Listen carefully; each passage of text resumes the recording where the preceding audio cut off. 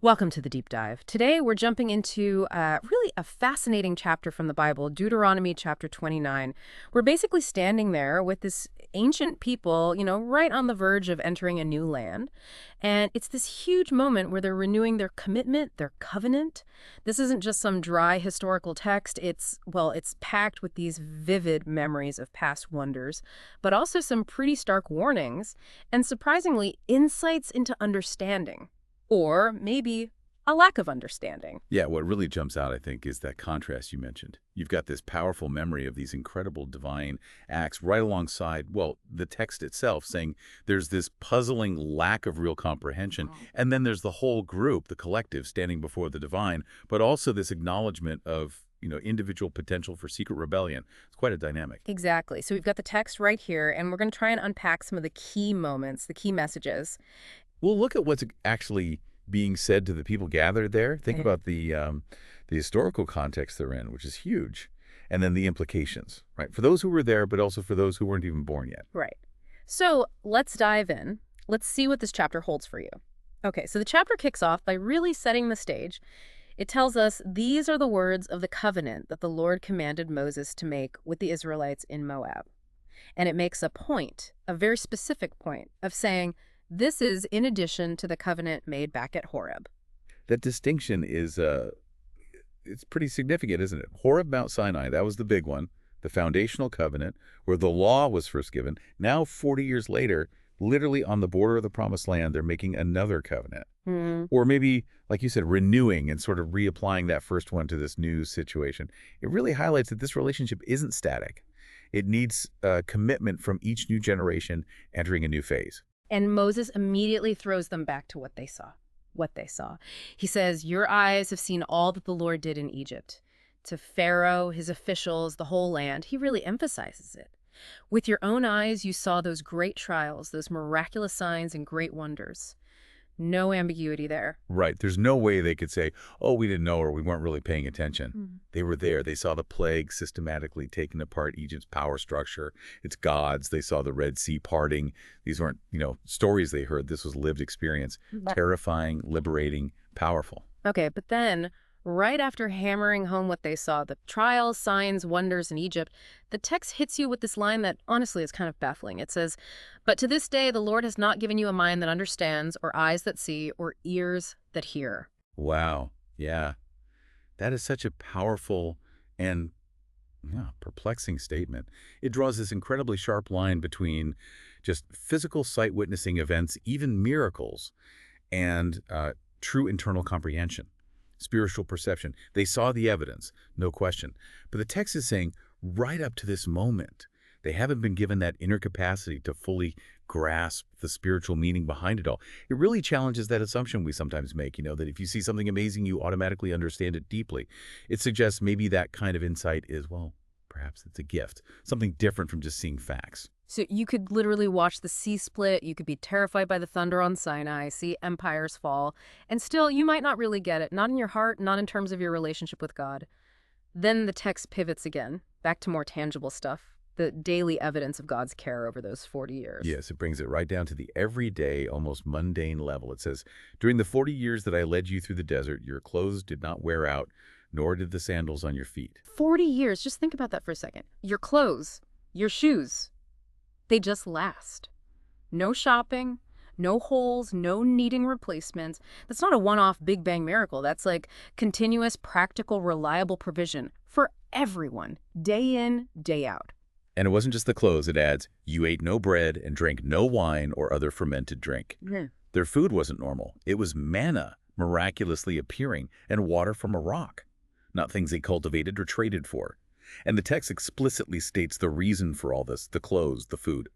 I did this so that you might know that I am the Lord your God. Okay, let's connect that back again. The earlier point about seeing versus understanding. You've got 40 years of daily miracles, clothes not wearing out, miracle food, miracle water, all given specifically so that you might know. Yet just a few verses before, it said to this day they hadn't been given the mind to understand. It just really hammers home that seeing the physical signs, even constantly for decades, isn't necessarily the same as that deeper, internal, spiritual knowing that God seems to want. There's another layer, isn't there? Precisely. The external stuff, the provision, was like a constant, undeniable signpost. It pointed directly to the provider.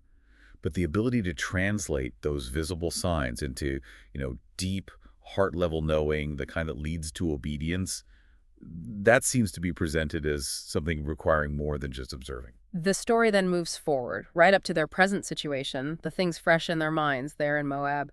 When you reach this place, Sihon, king of Heshbon, and Og, king of Bashan, came out to fight against us, but we defeated them. And these weren't minor kings. They were powerful Amorite rulers, controlling significant territory east of the Jordan. Beating them was a huge military victory, a clear sign of God fighting for Israel, removing major roadblocks just before they crossed the river. And it wasn't just winning a battle, it led to tangible results. We took their land and gave it as an inheritance to the Reubenites, the Gadites, and the half-tribe of Manasseh. So actual land, secured, distributed as inheritance. This was the beginning of the promise being fulfilled, something they could see and possess. So they're standing there. They've seen Egypt's fall. They've been miraculously sustained for 40 years. They've just defeated powerful enemies and taken their land. With all this overwhelming, visible evidence piled up around them, Moses brings it back to the core requirement. Yeah, he ties it all together. Carefully follow the terms of this covenant so that you may prosper in everything you do. Obedience isn't just presented as, like, a duty here. It's the direct path to flourishing, to success, to well-being in the land they're about to enter. And then the question is, who exactly is this covenant for? The text is incredibly broad here. All of you are standing today in the presence of the Lord your God, your leaders and chief men, your elders and officials, and all the other men of Israel. It starts with the leadership structure, right? The men, leaders, elders, officials, accountability starts there. But crucially, it doesn't stop there. It immediately adds, together with your children and your wives and the aliens living in your camps who chop your wood and carry your water. That inclusivity is really striking, especially for that time. It's not just for the men or the native-born or the religious elite. It explicitly brings in women, children, resident foreigners, even those doing the most basic, maybe overlooked tasks like chopping wood and carrying water. The covenant covers the entire community. Every single person there is standing in the presence of the Lord your God. Everyone has a stake. Everyone has a responsibility. And that phrase, all of you are standing today, it gets repeated. It really hammers home that collective identity, that shared responsibility in this moment. And the purpose is clear. You are standing here in order to enter into a covenant with the Lord your God, a covenant the Lord is making with you this day and sealing with an oath. An oath, that makes it incredibly serious, binding, not just a suggestion. And the goal of this whole solemn commitment to confirm you this day as his people, that he may be your God as he promised you and as he swore to your fathers, Abraham, Isaac, and Jacob. It's about cementing that special relationship. But then the scope gets even wider. Moses looks beyond just the crowd physically present. He says, I am making this covenant with its oath, not only with you who are standing here with us today, but also with those who are not here today. That's huge for understanding the weight of this. It stretches forward through time. It binds future generations. The commitment they make right then, on that day, it has consequences for their children, their grandchildren, everyone who comes after them in this community. It sets up this chain of responsibility across history. Yeah, it means future generations are, in a sense, bound by terms set before they were even born, depending on the faithfulness or unfaithfulness of those who went before. The text then swings back, reminding them again about the temptations they've already seen. You yourselves know how we lived in Egypt and how we passed through the countries on the way here. You saw among them their detestable images and idols of wood and stone, of silver and gold. It's like saying, you've seen what idolatry looks like up close. Don't let it happen here among us. It's a direct warning based on their own experience. And the language it uses for falling into that kind of worship is really vivid and disturbing. Make sure there is no man or woman, clan or tribe among you today whose heart turns away to go and worship the gods of those nations. Make sure there is no root among you that produces such bitter poison. Bitter poison. Wow. That's a powerful metaphor. It suggests this turning away. It starts inside, right? In the heart. And like a hidden root, that internal shift can eventually produce something toxic, something destructive that corrupts everything around it. It's a warning against even the first flicker of disloyalty. Which leads to a really important question. What happens if someone does let that bitter poison take root? What about the person who harbors that secret turning away, even while they're standing there with everyone else, maybe going through the motions? The text tackles this head on. It describes someone who hears all the words of the oath, the blessings, the curses, and yet they secretly think, I'll be fine. I can do my own thing, follow my own stubborn heart, and still be safe. That's just willful self-deception, isn't it? Spiritual arrogance, maybe. They hear the warnings, they feel the collective commitment, but privately they think they're the exception. They think they can break the rules, dabble in other loyalties, and somehow avoid the consequences. And the text is crystal clear that thinking is a dangerous lie. Totally. And the consequences laid out for that person are severe, unavoidable. It starts with impacting their surroundings. This will bring disaster on the watered land as well as the dry. It ruins things around them, but for the person themselves. The divine response is described as intense, absolute. The Lord will never be willing to forgive him. His wrath and zeal will burn against that man. All the curses written in this book will fall upon him, and the Lord will blot out his name from under heaven. Wow. That is incredibly final. No forgiveness, burning wrath. Every curse in the book lands on them, their very name erased. It even says God will single that specific person out for disaster from all the tribes of Israel.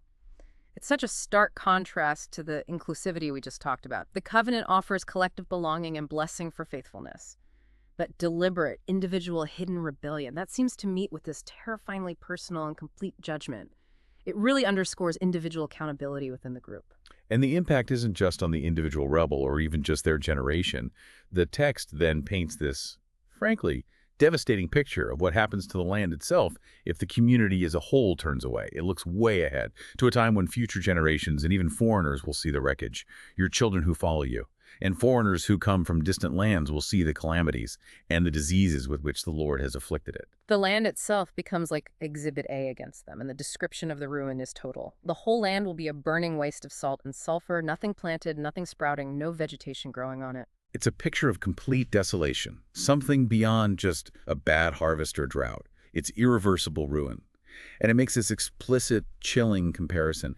It will be like the destruction of Sodom and Gomorrah, Admah and Zeboim, which the Lord overthrew in fierce anger. I mean, that invokes the ultimate image of complete divine judgment. And it's applying that possibility to their own promised land. And this level of destruction is so bad, it actually makes outsiders ask questions. All the nations will ask, why has the Lord done this to this land? Why this fierce, burning anger?